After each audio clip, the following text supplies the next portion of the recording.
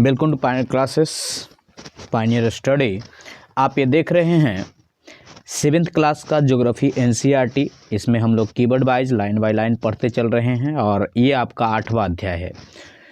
आप किसी भी कंपटीशंस की तैयारी करते हैं और भारत के कंपटीशंस में आपको ज़रूर पूछे जाएंगे एनसीईआरटी को ही बेस किताब, तो कम से कम आप शुरुआत जो करें एनसीईआरटी से करें। तो चलिए शुरुआत करते हैं हम भी आपके 7th क्लास के 8वें चैप्टर से। तो आपका है पर्यावरण, मानव पर्यावरण, अन्योन्य क्रिया, उष्णकटिबंधीय एवं उपोष्ण प्रदेश।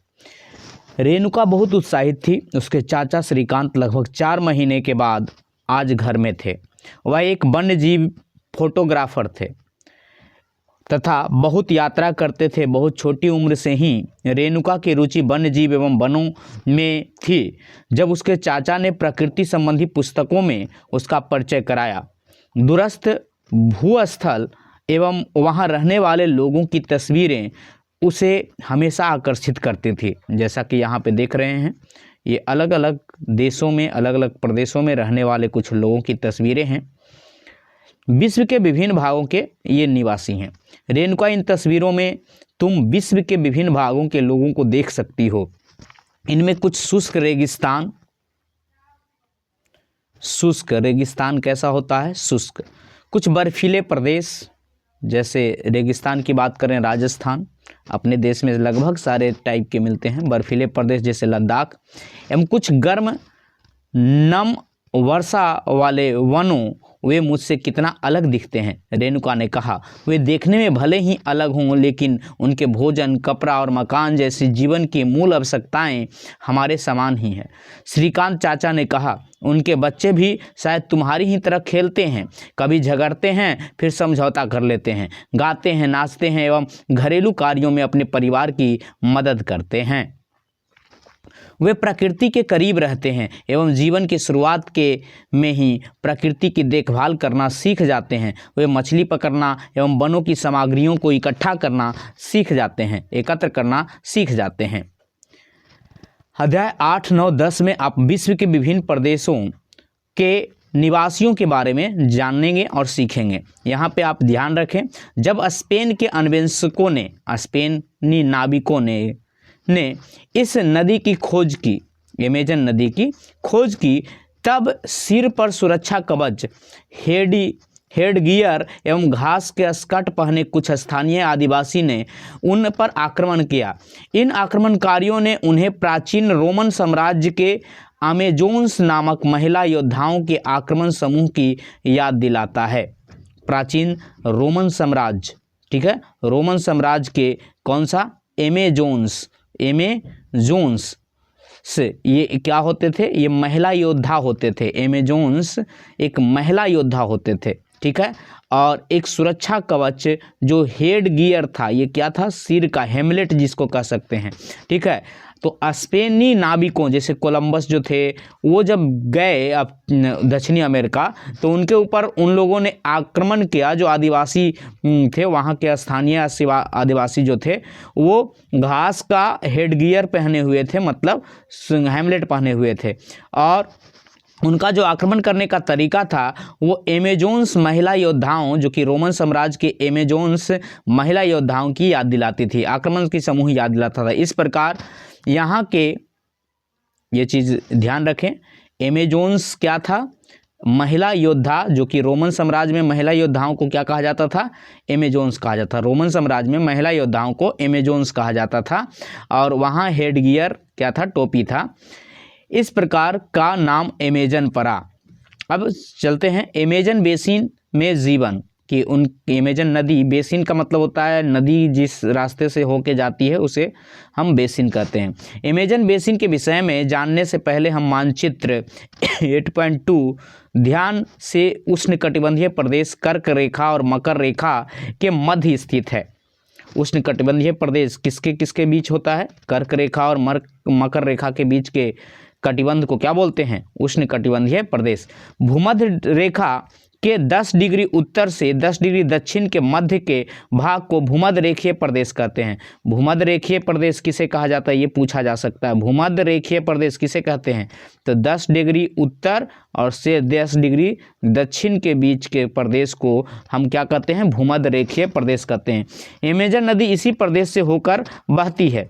ध्यान देखिए, यह पश्चिम में पर्वतों से निकल कर पूर्व में अंध महासागर में कैसे पहुंचती है। यह पर्वतों से निकलती है और कहाँ पहुंचती है, अंध महासागर में। तो अमेजन नदी कहाँ गिरती है, अंध महासागर में गिरती है। भूमध्य रेखीय प्रदेश किसे कहते हैं, 10 डिग्री उत्तरी अक्षांश से लेके 10 डिग्री दक्षिणी अक्षांश के क्षेत्र को हम क्या कहते हैं, भूमध्य रेखीय प्रदेश। उष्णकटिबंधीय प्रदेश किसे कहते हैं, 23.5 डिग्री उत्तर से लेकर 23.5 डिग्री दक्षिणी अक्षांश तक को क्या कहते हैं, उष्णकटिबंधीय प्रदेश। यानी भूमध्य रेखीय प्रदेश जो है वो उष्णकटिबंधीय प्रदेश का ही भाग है। भूमध्य रेखीय प्रदेश उष्णकटिबंधीय प्रदेश का ही एक भाग है। जिस स्थान पर कोई नदी किसी अन्य जल राशि से मिलती है उसे नदी का मुहाना कहते हैं। ठीक है, नदी मुहाना किसे कहा जाता है, जहाँ पे कोई नदी किसी दूसरे जलाशय से मिलती है, महासागर से, समुद्र से, सागर से, उसे हम क्या बोलते हैं, नदी मुहाना। अमेजन नदी में बहुत सारी सहायक नदियां मिलकर अमेजन बेसिन का निर्माण करती है। अमेजन नदी की बहुत सारे सहायक नदियां हैं। यह नदी बेसिन ब्राज़ील के भागों, पेरू के कुछ भागों, बोलिविया, इक्वाडोर, कोलंबिया, वेनेजुएला जैसे छोटे छोटे भागों में अपवाहित होती है, मतलब बहती है। कहाँ कहाँ बहती है, ब्राज़ील में, पेरू में, बोलिविया में, इक्वाडोर में, कोलंबिया में और वेनेजुएला जैसे देशों में कौन, अमेजन नदी बहती है। क्या आप इस बेसिन में स्थित उन देशों के नाम बता सकते हैं जिन्हें भूमध्य रेखा से गुजरती है।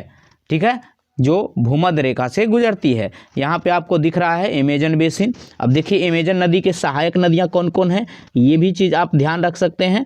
अमेजन नदी की सहायक नदियाँ कौन कौन हैं, तो आपको यहाँ दिख रहा होगा अमेजन नदी की सहायक नदी, ये चीज़ लिखते जा सकते हैं। क्या है, इधर से जैसे यहाँ पे ब्राज़ील है, ये देखिए सारा का सारा ब्राज़ील से बहुत सारी नदियाँ जो निकलती है इधर के पर्वतों से, वो तो यहाँ पे एक नदी कौन है, मारोनोम नदी, ये किसका सहायक नदी हो गया, अमेजन नदी की। एक क्या है, यूएली नदी, यूएली नदी, ये भी सहायक नदी हो गया अमेजन नदी की। एक क्या है, मेडिरिया नदी, मेडिरिया नदी भी क्या हो गया, अमेजन की सहायक नदी हो गया। जिंगू नदी, ये भी क्या हो गया, अमेजन की सहायक नदी हो गया। उसके बाद इधर देखिए निग्रो नदी, ये भी क्या हो गया, अमेजन की सहायक नदी हो गया। और यहाँ पे जैसे कोलंबिया से कुछ आया, वेनेजुएला से कुछ आया, गुयाना से कुछ आया। ठीक है, ये सभी क्षेत्रों को आगे फ्रेंच गुयाना नदी। उसके बाद यहाँ पे आपको एक नदी दिख रहा होगा, वो कौन सी नदी है, टोकेटिन्स नदी। तो ये सभी क्या है, अमेजन की सहायक नदियां हैं। और अमेजन का जो बेसिन क्षेत्र है, मतलब अमेजन से प्रभावित क्षेत्र है, वो Ecuador, Colombia, Venezuela, Guyana, Suriname, French Guyana, इधर से बोलिविया। ठीक है, और यहाँ पे ये वाला जो है ये है ब्राज़ील। ठीक है, और यहाँ है पेरू। तो ये सभी देशों को एक नदी जो कौन है, अमेजन नदी प्रभावित करती है। यहाँ पे आगे बोलिविया, यहाँ पे पैराग्वे, अर्जेंटीना, चिली और ये कौन है, उरुग्वे। तो ये सब दक्षिणी अमेरिका महादेश का है। अब यहाँ पे आप देखिए कि ये सब नदियाँ कहाँ मिलती है, इधर से एक पर्वत है इधर, और ये सब जाके गिरती है अंध महासागर में। कौन से में, अटलांटिक महासागर के बीच में ही है।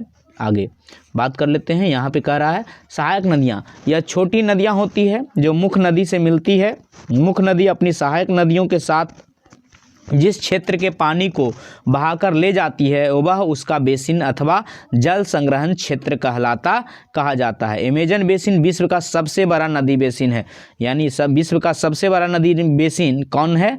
जैसे भारत में अगर देखें तो गंगा बेसिन हो गया, ब्रह्मपुत्र बेसिन हो गया, कुछ मात्रा में यमुना बेसिन भी कह सकते हैं, क्योंकि ये सारे छोटी छोटी नदियों के जल को संग्रह करके क्या करता है, ये आगे लेके जाता है। चलिए आगे है जलवायु। जैसा कि हम आप जानते हैं कि अमेजन बेसिन भूमध्य रेखा के आसपास फैला हुआ है। ठीक है, अभी अभी भूमध्य रेखीय प्रदेश में बात किए थे। पूरे वर्ष यहाँ गर्म एवं नम जलवायु रहती है। यहाँ का मौसम दिन व रात दोनों ही समय लगभग समान रूप से गर्म एवं आर्द्र रहता है और शरीर में चिपचिपाहट महसूस होती है। इस प्रदेश में लगभग प्रतिदिन वर्षा होती है और वह भी बिना किसी पूर्व चेतावनी के। दिन का तापमान उच्च एवं आर्द्रता अति उच्च होती है। रात के समय तापमान कम हो जाता है लेकिन आर्द्रता वैसी ही बनी रहती है। यहाँ पे देख रहे होंगे अमेजन वन, जो कि वर्षा वन।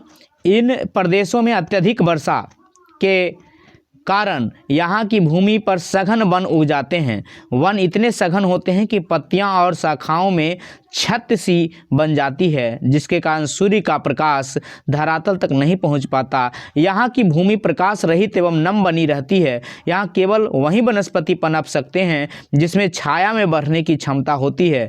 परजीवी पौधों के रूप में यहाँ आर्कटिक, ये क्या है, परजीवी पौधे हैं, जो कि कहाँ मिलते हैं, वर्षा वन में मिलते हैं, खासतौर पे अमेजन जैसे वन में। आर्कटिक का पौधा और ब्रोमीलाइड, ये दोनों कैसा है, परजीवी पौधा है। ध्यान रखें, परजीवी पौधा जिसको बोलते हैं जो पेड़ों की शाखाओं पर उत्पन्न होता है उसे हम क्या बोलते हैं, परजीवी। तो आर्कटिक और ब्रोमीलाइड ये क्या है, परजीवी पौधा है। आपसे पूछा जा सकता है कि आर्किड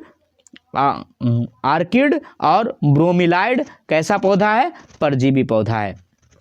आगे है ये, वर्षा वन में प्राणी जात की प्रचुरता होती है। टुकुन, गुंजन, रंगीन पक्षित वाले मकाओ एवं भोजन के लिए बड़ी चोंच वाले विभिन्न प्रकार के पक्षी जो भारत में पाए जाने वाले समान पक्षियों से भिन्न होते हैं, यहाँ पाए जाते हैं।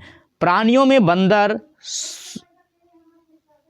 अब यहाँ पे देखिए टुक्कुन, ये पक्षी है। टुक्कन क्या है, पक्षी है। कहाँ मिलता है, अमेजन के जंगल में। गुंजन पक्षी कहाँ मिलता है, अमेजन के जंगल में। रंगीन पक्षित मतलब रंगीन पंख वाले मकाओ पक्षी कहाँ मिलता है, अमेजन के जंगल में। इनकी चोंच क्या होती है, बड़े बड़े चोंच होती है। चोंच क्या होती है, वहाँ बड़े बड़े होती है। पक्षी जो भारत में पाए जाते हैं, समान पक्षियाँ इनसे भिन्न होती है, क्योंकि भारत में पाए जाने वाले को चोंच जो होती है छोटी छोटी होती है। प्राणियों में बंदर, स्लॉथ, चींटी खाने वाले टैपियर, जिसको चींटीखोर कह सकते हैं, टैपियर, एवं सांप एवं सरीसृप के विभिन्न प्रजातियां इन वनों में पाई जाती है। ठीक है, बंदर, स्लॉथ, टैपियर, ये सब क्या है, चींटी खाने वाले बंदर हैं, वनों में पाई जाती है। मगर, सांप, अजगर तथा एनकोंडा एवं बोआ कुछ ऐसे ही प्रजातियां हैं। इसके अतिरिक्त हजारों कीड़े मकोड़े भी इस बेसिन में निवास करते हैं। मांस खाने वाले पिरान्या,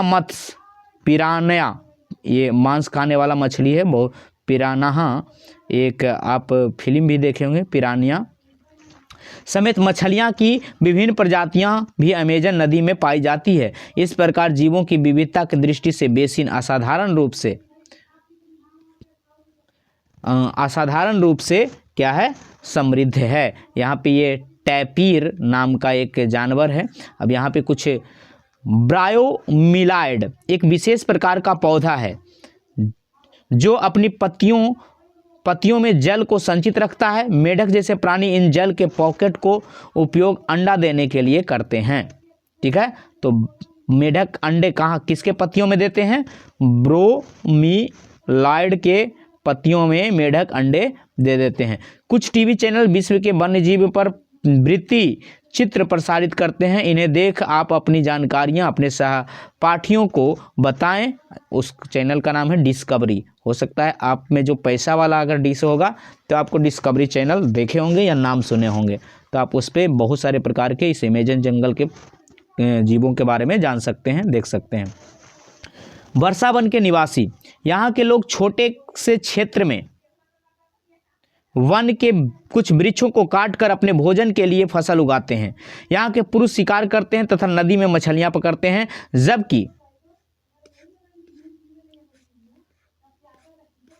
जबकि महिलाएं फसल का ध्यान रखती है। मुख्यतः यहाँ पे जो फसल उगाए जाते हैं वर्षा वन में, टेपियोका, अनानास, शकरकंद उगाते हैं, क्योंकि मछली या शिकार मिलना अनिश्चित होता है। ऐसे में महिलाएं ही अपनी उगाई साग सब्जियों से अपने परिवार का भरण पोषण करती हैं। वे कर्तन एवं दहन कृषि पद्धति, कौन सा, काटो और लहकाओ, कर्तन एवं दहन कृषि पद्धति का प्रयोग करते हैं। इनका मुख्य आहार मेनियोनोक है, जिसे कसावा भी कहते हैं। मेनियोनोक को क्या कहा जाता है, कसावा, तथा यह आलू की तरह जमीन में अंदर पैदा होता है। ये चींटियों की रानी एवं अंडकोश भी खाते हैं। कॉफ़ी, मक्का, कोका जैसे नगदी फसल भी यहाँ उगाई जाती है। कॉफ़ी, मक्का, कोका यहाँ पे उगाई जाती है। ये चीज़ आप समझ गए होंगे और आप सुने होंगे पायनियर मक्का, जो कि उसी दक्षिणी अमेरिका से ही आया था, एशिया महादेश में। वर्षा वन अत्यधिक मात्रा में घरों के लिए लकड़ी प्रदान करते हैं। कुछ परिवार मधुमक्खी के छत्ते के आकार वाले छप्पर के घरों में रहते हैं। ठीक है, मतलब वहाँ पे जो छत बनाया जाता है वो कैसे होते हैं, मधुमक्खी के छत्ते जैसे छत होते हैं। मधुमक्खी के छत्ते जैसे छत होते हैं। जबकि कुछ लोग मलाको कहे जाने वाले बड़े अपार्टमेंट में रहते हैं। अपार्टमेंट को क्या कहा जाता है, मलाको कहा जाता है। अपार्टमेंट जैसे घरों को क्या कहा जाता है, मलाको। और कुछ छप्पर में रहते हैं, मधुमक्खी के छत्ते जैसे घर बनाते हैं। अमेजन बेसिन के लोग का जीवन धीरे धीरे बदल रहा है। पुराने समय में वन के अंदर पहुंचने के लिए नदी मार्ग ही एकमात्र उपाय था। 1970 में ट्रांस अमेजन महामार्ग, कौन सा मार्ग, 1970 में ट्रांस अमेजन महामार्ग बनने से वर्षा वन के सभी भागों तक पहुंचना संभव हो गया। अनेक स्थानों पर पहुंचने के लिए हवाई जहाज़ों, हेलीकॉप्टरों का उपयोग किया जाता है। इस प्रक्रिया के फलस्वरूप वहां की मूल आबादी को उस क्षेत्र से बाहर निकलकर नए क्षेत्र में बसना पड़ा, जहां वे अपनी पौराणिक तरीके से खेती करते रहे। ठीक है, तो ट्रांस, यहाँ पे सबसे इम्पोर्टेंट क्वेश्चन यही बनेगा कि ट्रांस अमेजन महामार्ग का निर्माण कब हुआ, 1970 में। ट्रांस अमेजन महामार्ग का निर्माण कब हुआ, 1970 में हुआ। विकास की गतिविधियों के कारण जैविक विविधता वाले वर्षा वन धीरे धीरे नष्ट हो रहे हैं। ऐसा अनुमान है कि प्रतिवर्ष अमेजन बेसिन के वर्षा वन का बड़ा भाग लुप्त होता जा रहा है। आप देख सकते हैं कि वर्षा वन के लुप्त होने के व्यापक प्रभाव होता है। वर्षा के कारण मिट्टी की ऊपरी परत बह जाती है और सघन एवं बंजर भूमि में बदल जाता है। ठीक है, तो यहाँ पे आपको कुछ और भी इस डब्बे में आपको पता है कि इंपॉर्टेंट चीज़ दिया रहता है।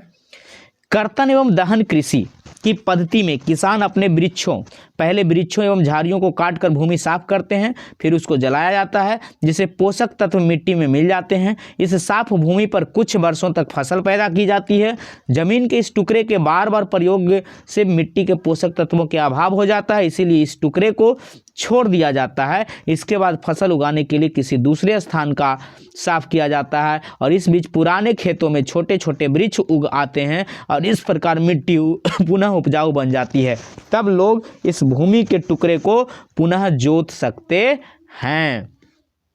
ठीक, तो इस तरीके से आप देख रहे होंगे, पहले वन इतना था, ठीक है, अब वन कम हो गया, यहाँ पे कृषि उड़ीसी कार्य हुआ, अब वन और कम हो गया, फिर यहाँ पे घर उर बनना शुरू हो गया। तो इस तरीके से ये क्या हो जाता है, वनों का विनाश हो रहा है। आगे हैं गंगा ब्रह्मपुत्र बेसिन में जीवन। तो आपने अभी अभी जो देखा वो अमेजन नदी के आसपास की चीज़ें थी। अब है गंगा ब्रह्मपुत्र बेसिन, मतलब भारत के बारे में। गंगा तथा ब्रह्मपुत्र की सहायक नदियां मिलकर भारत उपमहाद्वीप में गंगा ब्रह्मपुत्र बेसिन का निर्माण करती है। बेसिन उपोष्ण कटिबंध में 10 डिग्री से 30 डिग्री उत्तरी अक्षांश के मध्य है। ये उत्तरी अक्षांश के मध्य है। घाघरा, सोन, चंबल, गंडक, कोसी गंगा नदी की सहायक नदी हैं। यमुना भी अगर कह सकते हैं तो चंबल, गंडक, कोसी, ठीक है, इसकी सहायक नदियां हैं। कौन कौन? घाघरा, सोन, चंबल, गंडक, कोसी, ये गंगा की सहायक नदियां हैं। तो ये पूछा जा सकता है गंगा की सहायक नदियों के नाम बताइए। तो घाघरा, सोन, चंबल, गंडक, कोसी, ये पुनपुन, ये सब। जैसे गंगा की सहायक नदियों एवं ब्रह्मपुत्र की सहायक नदियों इसमें अपवाहित होती है। एटलस की सहायता से ब्रह्मपुत्र की कुछ सहायक नदियों को नाम ढूंढ सकते हैं। गाम एवं गंगा एवं ब्रह्मपुत्र के मैदान पर्वत एवं हिमालय के गिरिपाद तथा सुंदर डेल्टा बनाती है। यहाँ पे देख रहे होंगे ब्रह्मपुत्र नदी का कितना सुंदर चित्र दिया गया है। आप यहाँ पे आगे कि ये गंगा नदी का बेसिन है और ये आपका जो आ रहा है ये है आपका ब्रह्मपुत्र नदी। देख रहे होंगे कर्क रेखा से ऊपर है और ये तिब्बत से चलते हुए ब्रह्मपुत्र नदी आया है। ठीक है, आगे ये बंगाल की खाड़ी में गिरती है। गंगा ब्रह्मपुत्र बेसिन था। आगे ब्रह्मपुत्र नदी को विभिन्न स्थानों पर विभिन्न नामों से जाना जाता है। इस नदी के अन्य नाम पता लगाइए, जैसे कहीं इनको पद्मा कहा जाता है, कहीं इनको दियांग कहा जाता है, इस तरीके से। इस बेसिन की मुख्य विशेषताएं हैं, मैदानी क्षेत्र में अनेक चाप झील का निर्माण करती है। चाप झील क्या होता है? जो हम लोग पहले पढ़ चुके हैं कि नदियाँ इस तरीके से चलती है सर्पी, तो ये धीरे धीरे जब आगे आ जाती है तो ये वाला छूट के अलग हो जाता है, तो इसी को हम क्या बोलते हैं? चाप झील बोलते हैं। यहाँ की जलवायु मुख्यतः मानसूनी है। मानसून में मध्य जून से मध्य सितंबर के बीच वर्षा होती है। तो मानसून वर्षा कब होती है? जून से सितंबर, मध्य जून से मध्य सितंबर तक मानसूनी वर्षा होती है। ये पूछा जा सकता है। ग्रीष्म ऋतु में गर्मी एवं शीत ऋतु में ठंड होती है। ग्रीष्म ऋतु और शीत ऋतु। आगे है भारत का मानचित्र देखिए, उन राज्यों के नाम बताइए जहां गंगा ब्रह्मपुत्र बेसिन स्थित है। हम लोग अभी देख चुके थे, ठीक, तो यहाँ पे आप देख चुके हैं। ये जैसे बिहार हो गया, ठीक है, ये आपका मध्य प्रदेश हो गया, यूपी हो गया, ठीक है, ये आपका अरुणाचल प्रदेश, असम, यहाँ थोड़ा सा मेघालय कह सकते हैं। तो ये सब करते हुए यहाँ आगे आया है। आगे है बेसिन के क्षेत्र में विभिन्न प्रकार की स्थलाकृतियां हैं। जनसंख्या के वितरण में पर्यावरण की प्रमुख भूमिका होती है। तीव्र ढाल वाले पर्वतीय क्षेत्र बेसिन के लिए प्रतिकूल हैं। अतः गंगा ब्रह्मपुत्र बेसिन के पर्वतीय क्षेत्र में कम लोग रहते हैं। वहीं मानव प्रवास के लिए मैदानी क्षेत्र सबसे उपयुक्त है, इसलिए मैदानी क्षेत्र में जनसंख्या घनत्व सर्वाधिक होता है। ये पूछा जा सकता है कि गंगा बेसिन में जनसंख्या घनत्व ज़्यादा कहाँ रहता है? तो वो रहता है मैदानी क्षेत्र में जनसंख्या घनत्व ज़्यादा रहता है। यहाँ की मिट्टी उपजाऊ होती है। जिन स्थानों पर फसल उगाने के लिए समतल भूमि उपलब्ध है वहाँ के लोगों का मुख्य व्यवसाय कृषि है। वहाँ के लोगों के लिए मुख्य व्यवसाय क्या है? कृषि है। धान यहाँ मुख्य फसल है। चूंकि धान की खेती के लिए पर्याप्त जल की आवश्यकता होती है, यह उसी क्षेत्र में उगाया जाता है जहाँ अधिक वर्षा होती है। यहाँ उगाई जाने वाली अन्य फसलें गेहूं, मक्का, ज्वार, चना एवं बाजरा है।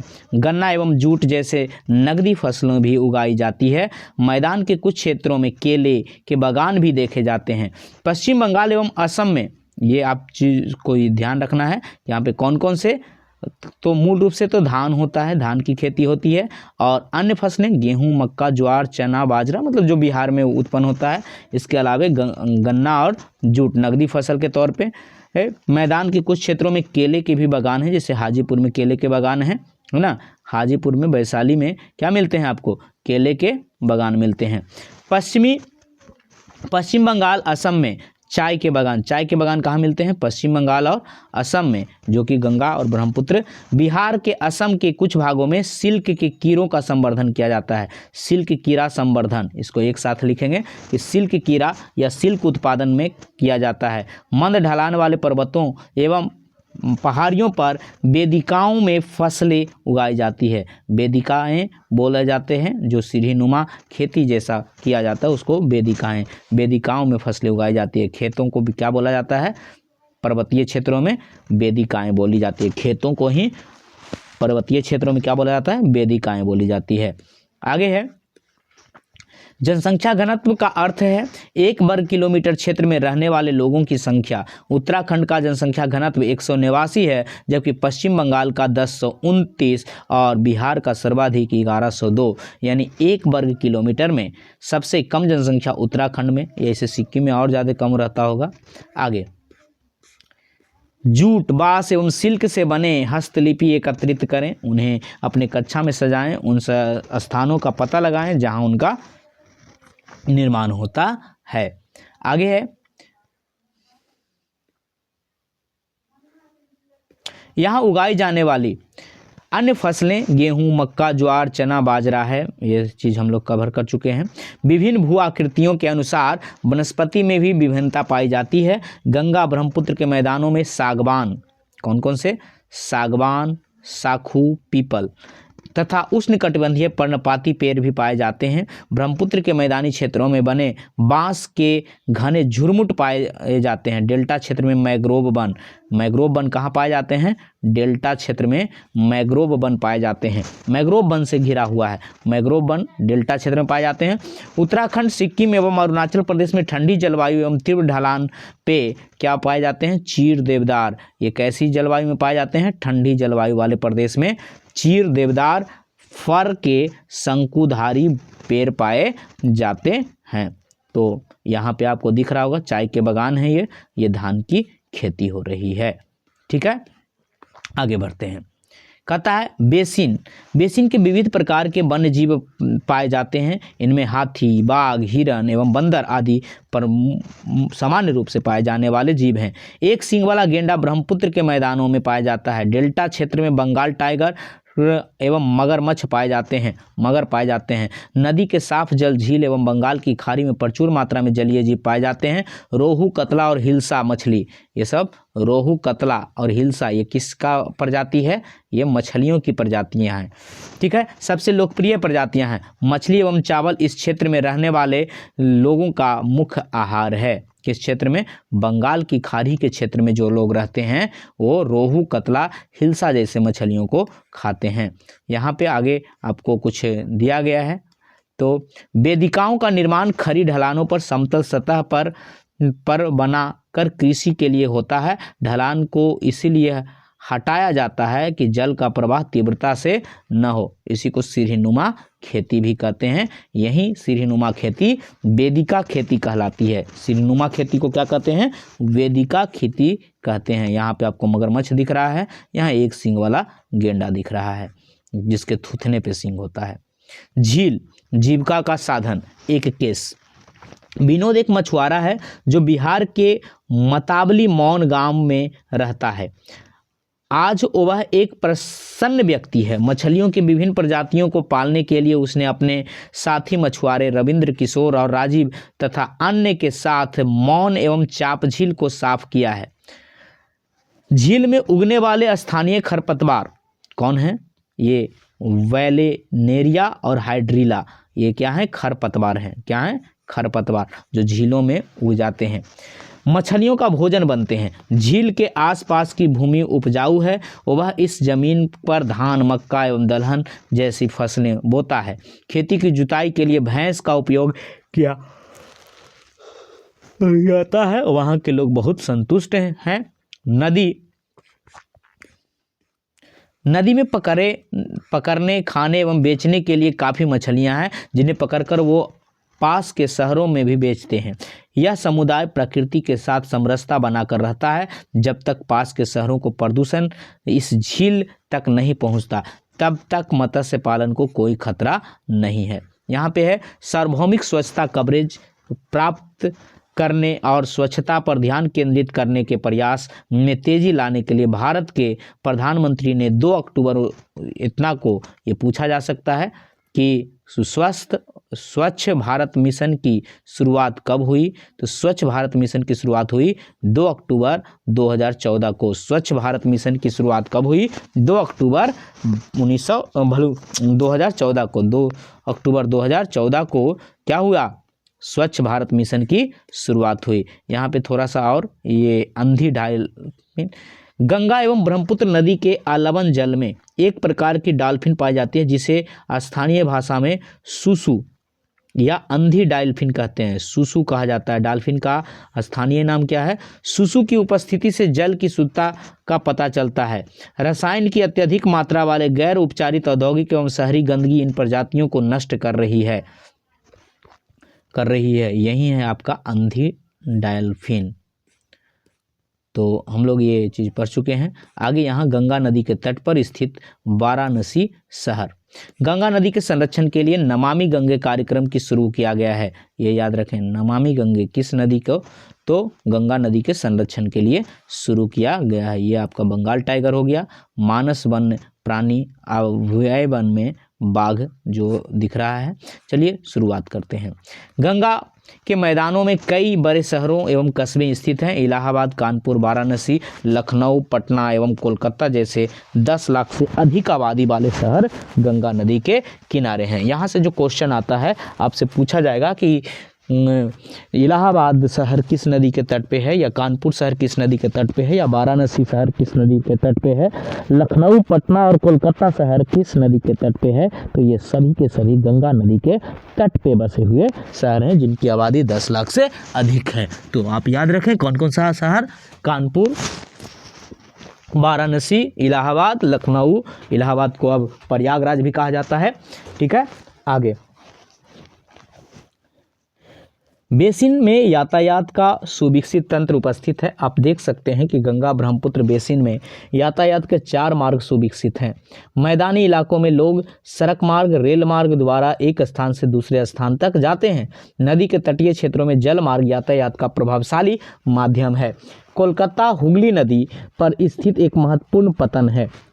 कोलकाता किस नदी के? हुगली नदी। हुगली नदी के तट पे कौन स्थित है? कोलकाता। मैदानी क्षेत्र में कई बड़े हवाई पतन भी उपस्थित हैं। हवाई पतन मतलब एयरपोर्ट। ठीक है, और ये जो पतन बोल रहा है, जलीय पतन, मतलब वो उसको क्या बोलेंगे? बंदरगाह। पर्यटन इस बेसिन की एक महत्वपूर्ण क्रिया है। आगरा में यमुना के किनारे, आगरा का किसके किनारे है? यमुना के किनारे। आगरा शहर किस के किनारे स्थित ताजमहल, इलाहाबाद में गंगा एवं यमुना नदी का संगम, उत्तर प्रदेश एवं बिहार के बौद्ध स्तूप, लखनऊ एवं इमामबाड़ा, असम का काजीरंगा अभयारण्य कहाँ है? वो असम में है। असम का काजीरंगा अभयारण्य एवं मानस वन्य प्राणी अभयवन तथा अरुणाचल प्रदेश की विशिष्ट जनजाति संस्कृति कई दर्शनीय स्थल हैं। बिहार का कौन सा चीज़? बौद्ध स्तूप, जैसे राजगीर में है। लखनऊ में क्या है? इमामबाड़ा। ठीक है, ताजमहल कहाँ है? आगरा में। ठीक है, इलाहाबाद गंगा का संगम। तो ये सारे चीज़ दर्शनीय स्थल हैं। इसमें से सबसे ज़्यादा आपको इम्पोर्टेंट जो है याद रखने वाला, वह काजीरंगा अभयारण्य कहाँ है? तो वो असम में। और मानस अभयारण्य कहाँ है? वो भी असम में। ठीक है, बौद्ध स्तूप कहाँ में देखने को मिलते हैं? बिहार में। और इमामबाड़ा। आगे यहाँ पे आपको कुछ क्वेश्चंस दिए गए हैं, जैसे उस महाद्वीप के नाम बताइए जो अमेजन बेसिन्स में स्थित है। तो वो है आपका दक्षिणी अमेरिका। अमेजन बेसिन के लोग कौन सी फसलें उपजाते हैं? तो हम तो भूल गए हैं, ऊपर आपका कीवर्ड में होगा। अमेजन के वर्षा वन में कौन सी पक्षी पाए जाते हैं? वो बड़ा वाला चोंच वाला था। ठीक है, उसको नाम आप लिख के रखे होंगे। गंगा नदी के तट पर कौन से प्रमुख शहर हैं? तो वो तो अपना पटना भी है, बनारस, कानपुर। ठीक है, एक सींग वाले गैंडा कहाँ पाए जाते हैं? तो वो बंगाल में पाए जाते हैं, असम में पाए जाते हैं। आगे टुक्कुन क्या है? टुक्कुन पक्षी है। टुक्कुन क्या है? पक्षी है। मैन्याक कहाँ का प्रमुख भोजन है? ये अमेजन बेसिन का प्रमुख भोजन है। ठीक है, मैन्याक अमेजन का। कोलकाता किस नदी के तट पर स्थित है? हुगली नदी। ठीक है, देवदार एवं फर शंकुधारी वृक्ष होते हैं। बंगाल टाइगर कहाँ स्थित है? बंगाल टाइगर डेल्टाई प्रदेशों में स्थित होते हैं। आगे यहाँ पे है आपका सूती कपड़े। तो सूती कपड़े का संबंध है, रेशम कीट का संबंध होता है किससे? काजीरंगा अभयारण्य है, ये असम में है। ठीक है, पिराना मछली है, पिराना का संबंध मछली से है। रेशम कीट का संबंध सीधे सीधे रेशम पालने से होगा। और मलक्कों का संबंध होगा कहाँ से, ये ढालू छत से। और सूती कपड़े का संबंध होगा, सूती कपड़े का संबंध वाराणसी या अथी से होगा। ठीक, आगे वर्षा वन लुप्त हो रहे हैं क्योंकि जंगल घट रहे हैं। गंगा ब्रह्मपुत्र के मैदान में धान की कृषि होती है क्योंकि वहाँ की मिट्टी और धान के लिए और जलवायु उपयुक्त है। मानचित्र को आप देखकर भारतीय प्रायद्वीप में मानचित्र में गंगा ब्रह्मपुत्र उद्गम मुहाने तक जाइए, तो ये आप कर सकते हैं। और इसके साथ ही आपको यहाँ पे एक छोटा सा क्रियाकलाप दिया गया है, आओ खेलें खेल। तो आशा है कि आप इन चीज़ों को ज़रूर से ज़रूर आप कीजिएगा। ठीक है, जो करने के लिए यहाँ बोला गया है इस चीज़ को रोक कर पढ़ लीजिए और उसके बाद आप चरण दर चरण उस खेल को खेलें और उससे निष्कर्ष निकालें। गुड लक, फिर मिलेंगे अगले पार्ट में, अगले चैप्टर।